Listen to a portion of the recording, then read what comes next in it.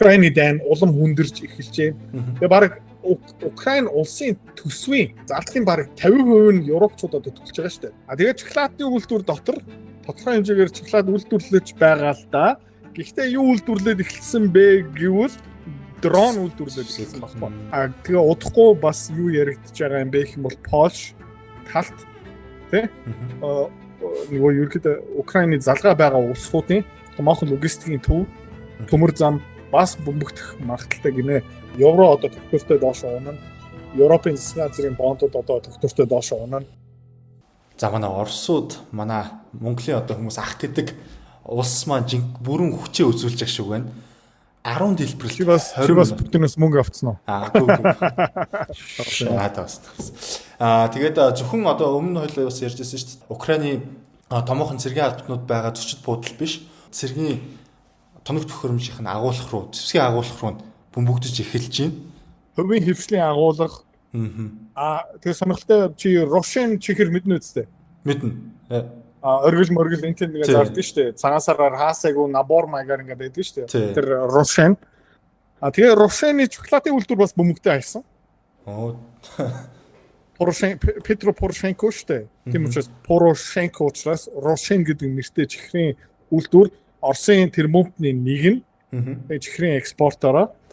Яг хөө тэгээд өмнө ерөнхийлөгч байсан агуу том улс төрч за тэгээд тендер тэ улс төрийн эрх мэдэлтэй хүн нүсэр олон тендер гуссан. Тэгээд шоколадны үйлдвэр дотор тодорхой хэмжээгээр шоколад үйлдвэрлэж байгаа л да. Гэхдээ юу үйлдвэрлээд эхэлсэн бэ гэвэл дрон үйлдвэрлээд эхэлсэн баггүй. Тэгээд зарчмын хувьд бол нөгөө Порошенко улс төрчийн хувьд бол Зеленскигийн эсрэг байх ёстой шүү дээ.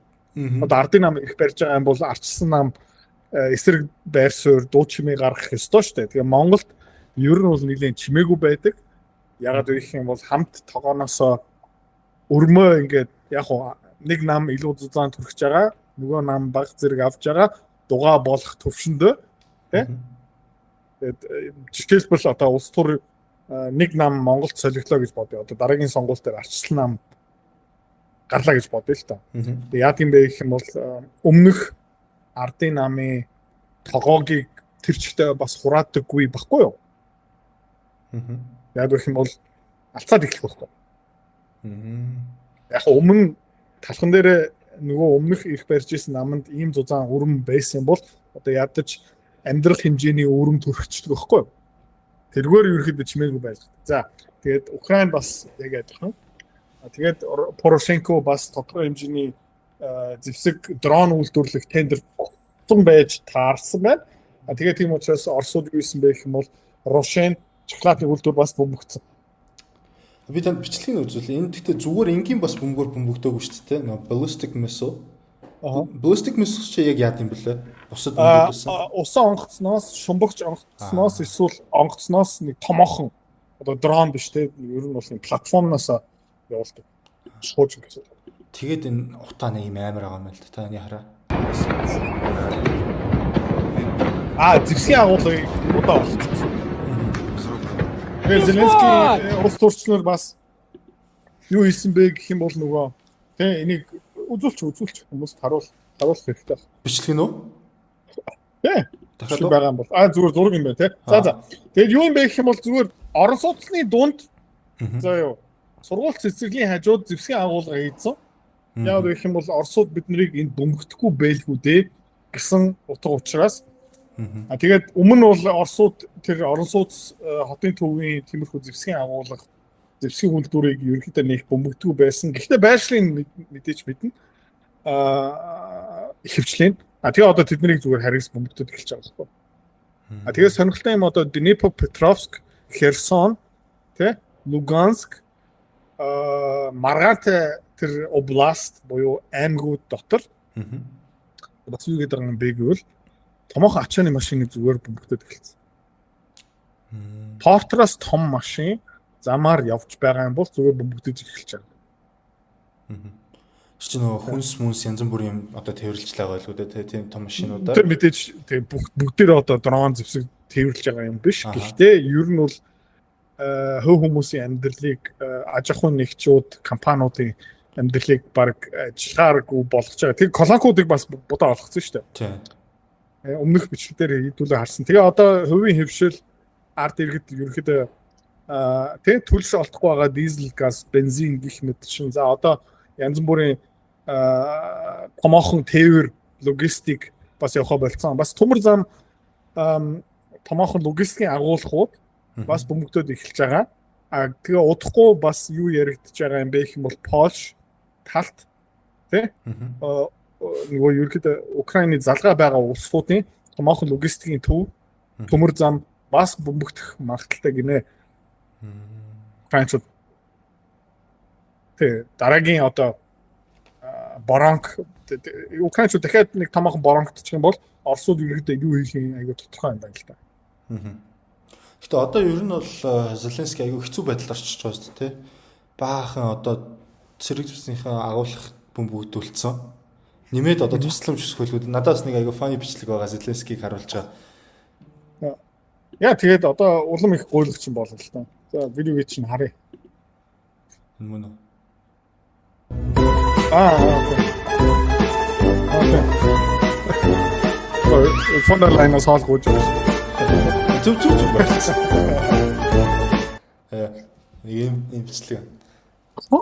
Яа. Хэцүү байдал орсон. Зэвсгийн нийлүүлэлт. Одоо агаарын хамгаалтын пууж байхгүй болсон гэж байна. Зарим хүмүүс. Өөр ерөөхдөө Киев тэнд янз бүрийн контент хийдэг, мэдээлэл хүргэдэг хүмүүс юу ярьж байна гэвэл ер нь агаарын хамгаалтын пууж байхгүй болсон. Одоо зүгээр чөлөөтэй бид нарыг бөмбөгдөж байна. Тэгээ Украинчууд бас юу гойгоод байгаа юм бэ гэх юм бол тэр Patriot янз бүрийн тий пуужингийн эсрэг пуужингийг гойгаа явж байгаа. Гэхдээ Израиль бас яг адилхан гойж байгаа, UAE гойж байгаа. Одоо бас Иран эргүүлээд Бахрайн, Кувейт, Америкчуудыг бөмбөгдөд эхэлж байна. 7 сарын 3-нд Иранчууд нэг Америкийн бас нэг генералыг алаад амжсан гэх мэт шиг одоо тиймэрхүү болж байгаа. Тэгээд энэ Patriot пуужин ерөөхдөө дэлхийд одоо олдохгүй байгаа дөө. Хэд байгаа юм бэ гэх юм бол Хятадуудад байгаа, Оросуудад байгаа. Иранд байна. Барууныханд байхгүй. Үйлдвэрлэх түүхийд нь байхгүй, үйлдвэрүүд нь байхгүй. Тэгээд дэндүү үнэтэй. Яг гэх юм бол дандаа тендер байхгүй. Бизнес болсон гэсэн. Тэгээ бизнес болсон байгаа учраас энэ дайм бас одоо дуусах болоогүй. Мөнгөнд дуусаад ирэхээр тэ Европын мөнгөнд дуусаад ирэхээр энэ дайм дуусна. Яг нь Европын мөнгө одоо арай дуусах болоогүй ч гэсэн Европын улс нэг улсын мөнгө нь айдас олж. Ачч. Ажиг би хамгийн сүүлд. Голланд билүү? Энэ тийм. Нидерланд. Нидерланд, Голланд. Ерөнхийдөө одоо Украин руу хамгийн их одоо макс дууссан. Дахиж цэрэг хүчин явуулахгүй гэж байна. Романия бас тиймэрхүү юм ярьж байгаа. Ер нь Орос ерөнхийдөө Европ 3-4 орн бид нар одоо тулцсан, бид нар одоо чадахгүй гэж ярьж байгаа. Энэ ер нь бол яг Оросын хүлээжсэн зүйл байгаа шүү дээ. Яг уу дуусахгүй л дээ. Явуулна. Мөнгө явуулна, зэвсэг явуулна. Тамаг байна уу яагаад? Уус төр болохоор болов.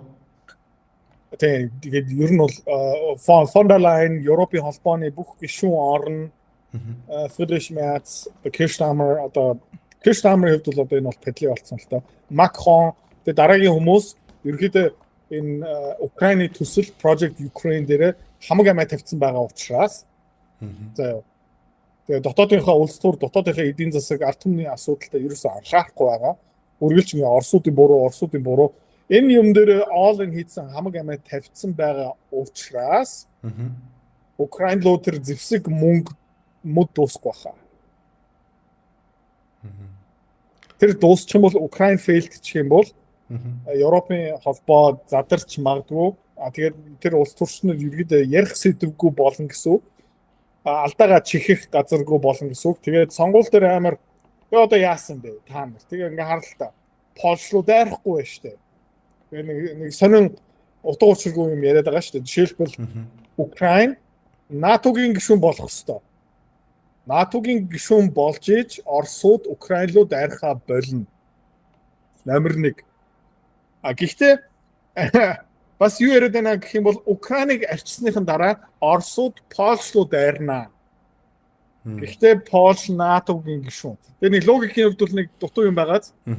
НАТО-гийн гишүүн болох юм бол Украин руу дайрахаа болчихно. Окей. За Украиныг дуусгасны дараа НАТО-гийн гишүүн рүү дайрна. Энэ утга учиргүй бол юм логик байхгүй болсон л та. Яг гэх юм бол амар хэцүү нөхрөө сонгоцсон, амар хүнд жирэмсэн байдалд орсон байгаа. Тэгээд тэгвэл би таас ингэж сумраа л да. Нэгт Project Ukraine-ийн талаар тэгээ яагаад анхнаасаа энэ Европын холбоо НАТО юм хэцүү нөхөр сонгосон юм бэ? Сонгох шаардлага байсан юм уу? Нөхөр Украин. Энэ бол зүгээр ингээ яваал байсан төсөл гэсэн үг шүү дээ. Эхлээд Польшийг оруулсан, дараа Словак оруулсан, Финлянд оруулсан, Швед оруулсан. Тэгээд Европ одоо бараг тэр чигтээ НАТО-гийн гишүүн болсон шүү дээ. Тийм. Тэгээ энэ бол угаасаа НАТО-гийн өөрийнх нь ашиг сонирхол. За тэгээ хараад үзэх юм бол НАТО яагаад бий болсон бэ гэх юм бол нөгөө тэгээ Совет блокийн эсрэг хамгаалтын холбоо. Тэгээ Советчууд байгаа учраас бид нар нэгдэх ёстой. Совет холбоо байна, НАТО байх ёстой. Тэгээ сонирхолтой юм бэ гэвэл нөгөө 90-ад он тэгээ Совет холбоо байхгүй болсон шүү дээ. Тийм. Тэгээ дайсан байхгүй болсон. Тэгээд байх шалтгаан бас байхгүй болсон байхгүй. Гэхдээ НАТО тэр чигтээ томоохон тендер тий одоо нөгөө тэнэг улс төрчнөрөө ингээд холбоо найз нөхөд намын гишүүдүүдэд тийшээ илгээдэг систем байхгүй юу? Дахиад нэг том тоогоо. Тэгээд улс төр юу юм бэ гэх юм бол зүгээр асар олон тоогоо. Яамаа. Тэгээд шин яам үүсгэснийхаа дараа ер нь бол алга болдог байхгүй юу? Яг их юм бол тийшээ намын андуудаа ингээ явуулдаг. Найз нөхөд одоо Монголын гадаад хэргийн яам бараг хэдэн гэр бүлийн юу болцсон байгаа шүү дээ. Эмч болцсон байгаа шүү дээ. Эсвэл тийм намын нөхдүүд тэгэл тухтай нэг хотод суугаад элчин сайдаар ажиллаад тэгэл сайхан суудаг шүү дээ. Шагнал гэх мэт шиг юм баггүй. Тэ? Тэгээд НАТО бас яг тийм юм. Тэгээд НАТО төсөө ингээ томруулахын тулд ингээ томроол байсан. Орслуу нөхөөлөөсөн. Тэгээ эцсийн тэгээд сүүлд нь бүр заа окей ингээд ер нь бол Оросыг задлчих юм бол тийм бүр ашигтай юм байна. Нефт газрын баялаг гэх мэт. Тэгэл ер нь ингээ хараад үзэх юм бол Наполеон хийх гэж үзсэн, Гитлер хийх гэж үзсэн. Тэгэл энэ бол зүгээр үргэлжлээл байгаа юм гэсэн үг байна. Окей. Гэтэ third times the charm шүү. Одоо 3 дахь удаа Оросыг магадлалын хувьд дагуу тийм. Нэ хамгийн ядгатай юм бэ гэх юм бол нөө цөмийн зэвстэй байхгүй. Америк Иран бас нэлийн ширүүсэд эхлэе та бас бичлэгийн ихэнд ярьж ирсэн шүү дээ. Америкчууд ер нь бол Иран руу нэлээд хэдэн зэвсэг хайж эхэлж байна. Трамп бас өнөөдөр ceasefire дууссан. Бид нар одоо эднэртэй гал зогсоох хилцэл байхгүй дуусаа. Яа, энэ бол тийм хоёул зөндөө ярьж ирсэн. Тэгээ энэ бол зүгээр цаг хугацаа хожих гээд байсан 60 хоногийн хугацаа. Тэгээд энэ 60 хоногийн хугацаа бэлтгэлээ хийнэ. Аль болох амлалтаасаа ухрах гэж үзнэ. Худлаа нөгөө талыг буруутгах гэж үзнэ. Тэгээ ингээ олон улсын хэвлэл мэдээлэл харах юм бол дана narrative control баггүй. Ерөнхийдөө найруулгын ингээд өдөртөн гэсэн үг. Тэгээд анхны дайралт хийсэн ба болохоор Израиль, Америкчууд тэгээд хүн болгон Трампыг буруутгах гэсэн байхгүй. Тэгээ одоо юу их гэж үзэж байгаа юм бэ гэх юм бол тэг ингээд гэрээ зурчлаа. Иранчууд ингэж байна. Гэхдээ фейлдэд байна л та. Фейлдэд. Тэгээ Израильчууд юу ч нэмэр болохгүй байгаа. Израильчууд ерөнхийдөө ингээд балааг нь үзэл явж байгаа. Харамсалтай. Тэгээ энэ угаасаа худлаа. Израильчдын нэмэр болохгүй гэдэг нь сая бас Нетаньяху та нөгөө narrative одоо энэ дүр зураглалыг ярьлаа шүү дээ. Нетаньяху бас энэ дүр зураглалыг өөрчлөх гэж үл үзэж байна л да. Иранд аль хэдийн цөмийн зэвсэг байгаа гэдэг.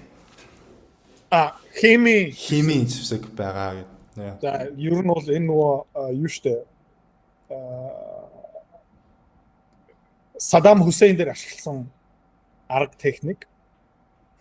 Башар ал-Асад одоо Сириад ашигласан арга техник. Либияд ашигласан арга техник. Тэгээд ер нь бол өмнө цөмийн зэвсэг ярьж исэн бол за окей ингээд. За хүмүүс нэг итгэж өгөхгүй юм байна.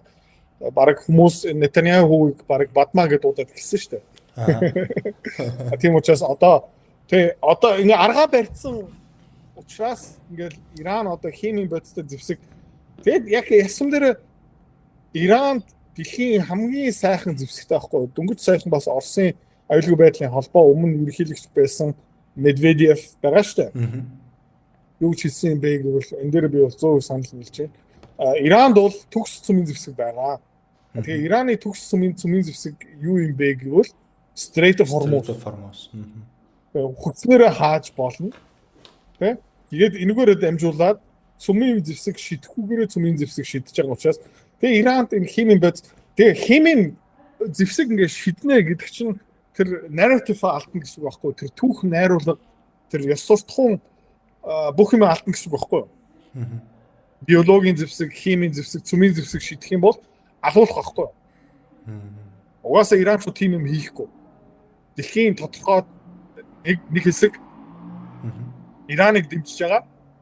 Яг гэх юм бол нэг энэ дайныг харьцангуй ариухан хийж байгаа учраас тэгээд Иранчууд магадгүй одоо нэг false flag хийдэг штэ нөө аргаа барчаад false flag attack хийдэг штэ нөгөө зөвхөн байгуулалттай Ираныг буруутгахын тулд одоо нэг химийн бодис зэвсэг Дубай руу шиддэг ч юм уу. Дугаа руу шиддэг ч юм уу. Өөрсдөө шиддэг.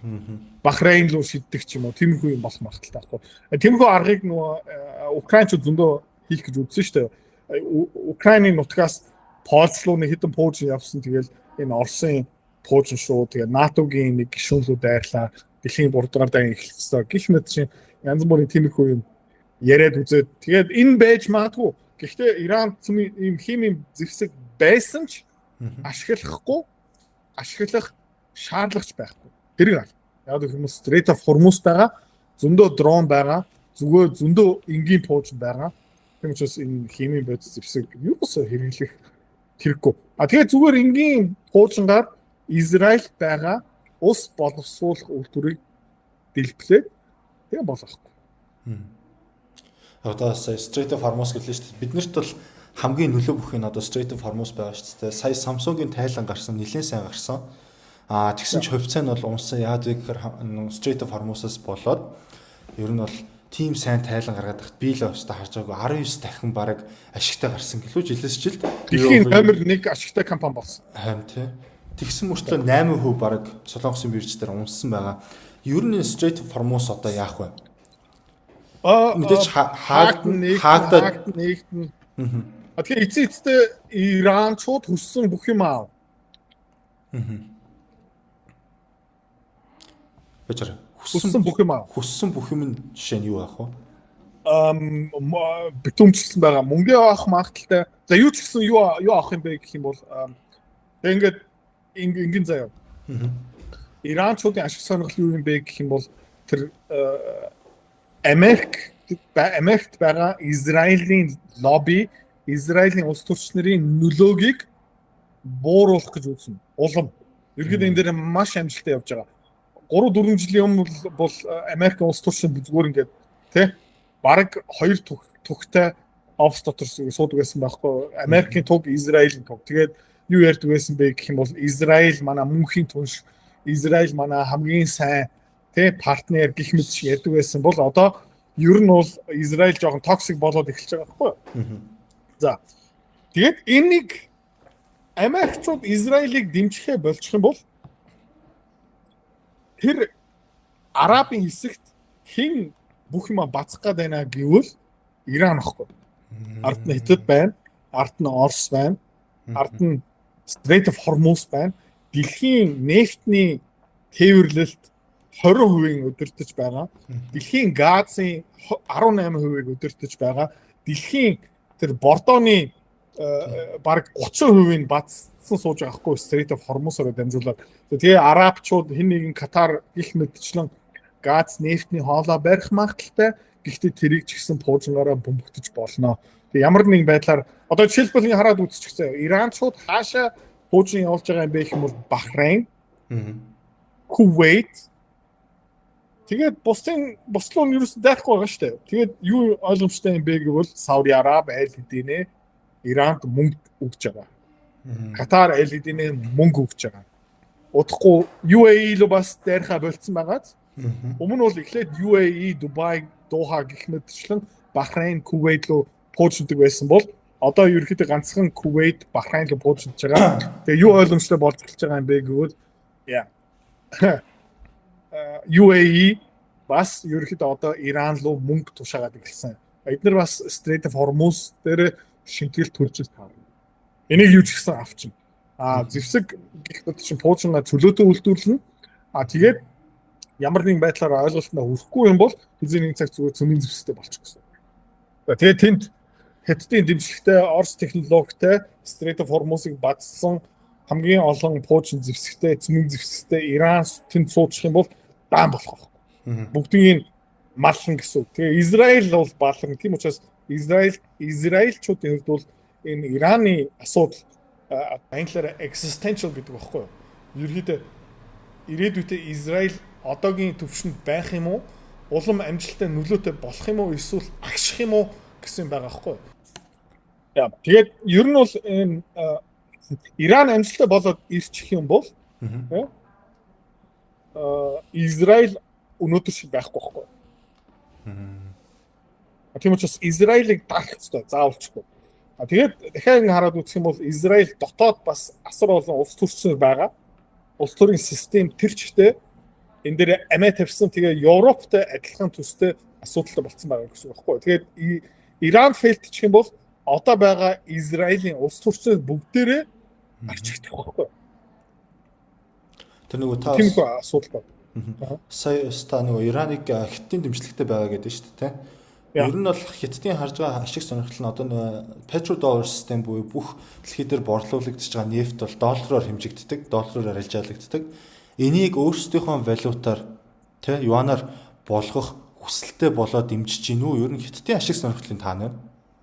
Хятадын ашиг зүгээр тэр ингээд Америкчуудаа маргалдаад Америкчуудын эсрэг нэг бүгдийн систем ер нь бол тэр бол Хятадуудын барьдаг баримт бодлого бол биш одоохондоо.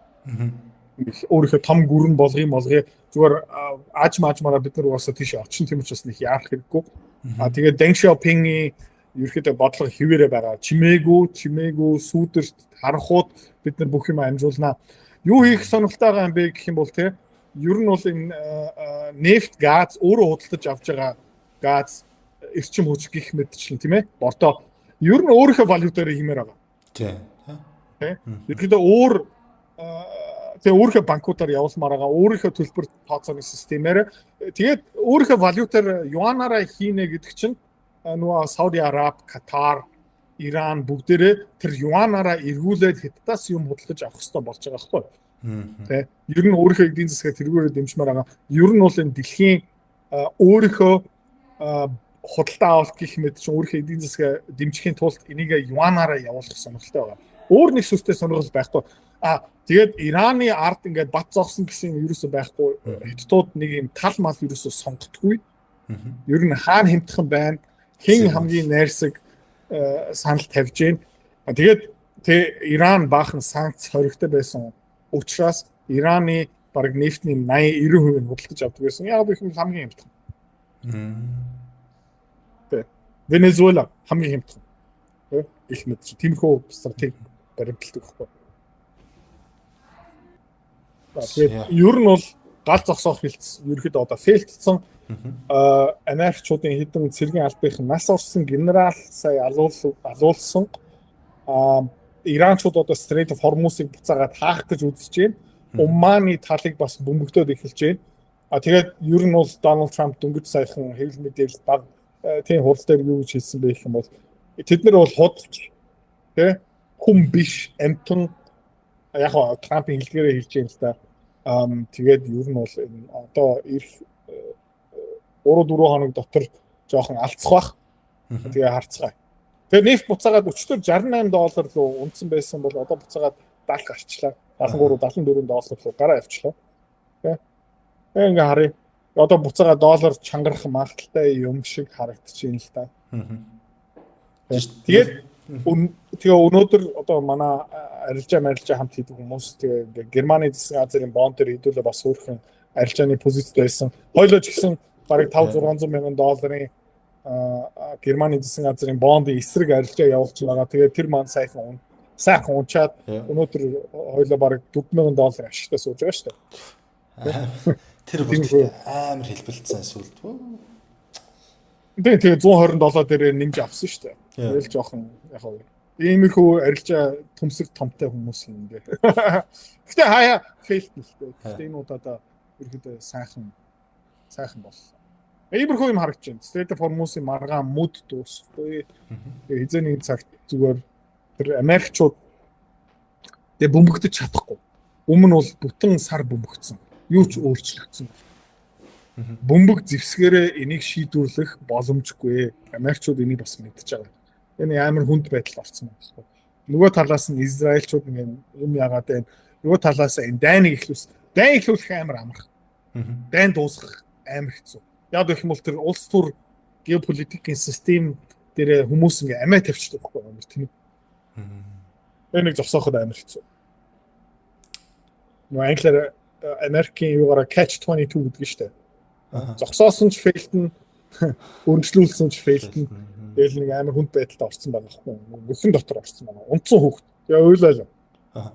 Нэмээд би сүүлийн нэг асуулт асуумаар хэдүүл бас нөгөө арилжаа хийдэг хүмүүс дээр скул community дээр ч гэсэн хэдүүл нөгөө wheat улаан буудаа эрдэнэ шишмаш авсан шүү дээ, тийм. Энэ бол газар тариалангийн буцаад өсч шүү дээ. Буцаад өсч чинь wheat futures бас өсчлөө. Гэх мэт чинь ингээ буцаагаад өсөөд эхэлжээ. Энэ бол тогтвортой трейд болно. Евро одоо тогтвортой доош унана. Европын засгийн газрын бондууд одоо тогтвортой доош унана. Тэгээд энэ Украины дайн улам хүндэрж эхэлж байна. Тэгээ баг Украин улсын төсвийн заяа. Зардлын баг 50% нь европчуудад төлж байгаа шүү дээ. Тэтгүүр, багш, замын засвар, дэт бүц. Тэгээд улам их юм эвдэрч байгаа, улам их юм дэлбэрч байгаа. Тэгээ одоо Германаас яаралтай тэр 300,000 украинчуудыг тээвэрлэх гэж үзэн олон улсын шүүхтэр унж магадгүй харцгаа. Тэгээ ерөөдөө Европ ер нь бол хамаг юмаа борлуулаад дуусч байна. Ёс суртахуунаа аль хэдийн зарцсан.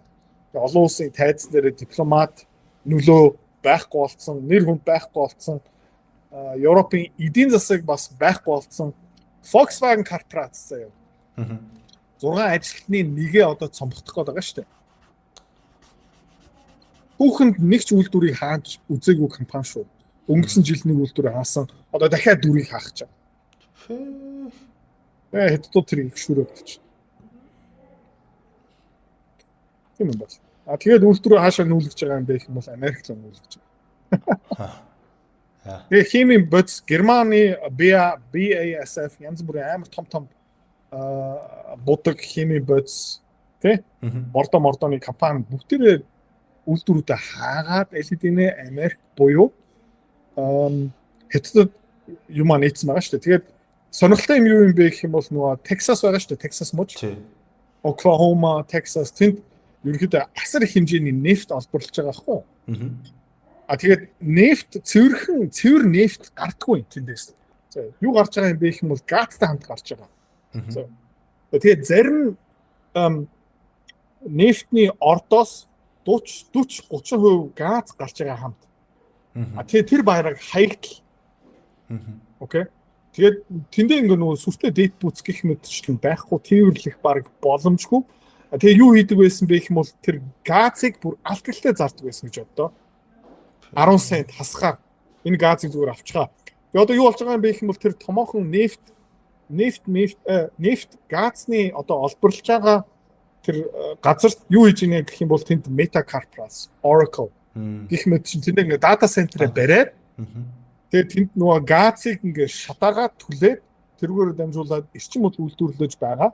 Нэмээд тэр районд шинэ үйлдвэрүүд баригдаж байгаа хгүй. Химийн бодис, бордоо, будаг, тэ solvent гэх мэт чинь одоо будаг найруулахын тулд амар их юм хэрэгтэй байхгүй. Тэгээ будаг хаасаг орж байгаа, барилга дотор орж байгаа, автомашин дотор орж байгаа, гангийн үйлдвэр, хөнгөн цагаан, хуванцрын үйлдвэр бүгдээрээ ерөөхдөө хаана одоо нийтж байгаа юм бэ гэх юм бол тэр нефттэй зэрэг бараг хаягдлаараа газ гарч байгаа. Тэнд шинэ үйлдвэрийн бүс одоо нэгдэж байгаа хгүй. Яг гэх юм бол бараг эрчим хүч дэндүү хэмтэх байгаа хгүй. Ингээд төсөөлөө үзчих заяа. Нэг Porsche нефтийг одоо $70 зарж авч байгаа шүү дээ. Аа. Нэг Porsche-тэй тэнцвүүц хэмжээний газ тент заяа $12 зарагдаж байгаа. Хөө. Одоо яг адилхан эрчим хүч үйлдвэрлэх гэсэн үг 12, 15, 16, $20 тэнд гарч байгаа байхгүй. Тийм учраас тэр Texas, Oklahoma, тэр хаваар Missouri гэх мэт чи тэнд асар олон дата центрууд баригдаж байгаа байхгүй. Одоо бүр хуучин Boeing, Airbus-ийн онгоц заяа. Одоо актлэгт гэж байгаа. Нисэх одоо нас нь ингээд дуусгаж байгаа онгоцуудыг энэ Meta, Oracle янз бүрийн технологийн компаниудыг худалдаж аваад тэр турбиныг худалдаж аваад махлаад заяа махлаад тэгээд тэр турбиныг ашиглаад тэргээр эрчим хүч үйлдвэрлэдэг байгаа байхгүй. Бүр тийм юм болж байгаа. Ямар сонирхолтой юм те. Яа тэгээд яг энэ бүр шал өөр сонирхолтой сэдв бас ойлоо өөр нэг өдөр ярих болох юм шүү дээ. За, өндөрлөе.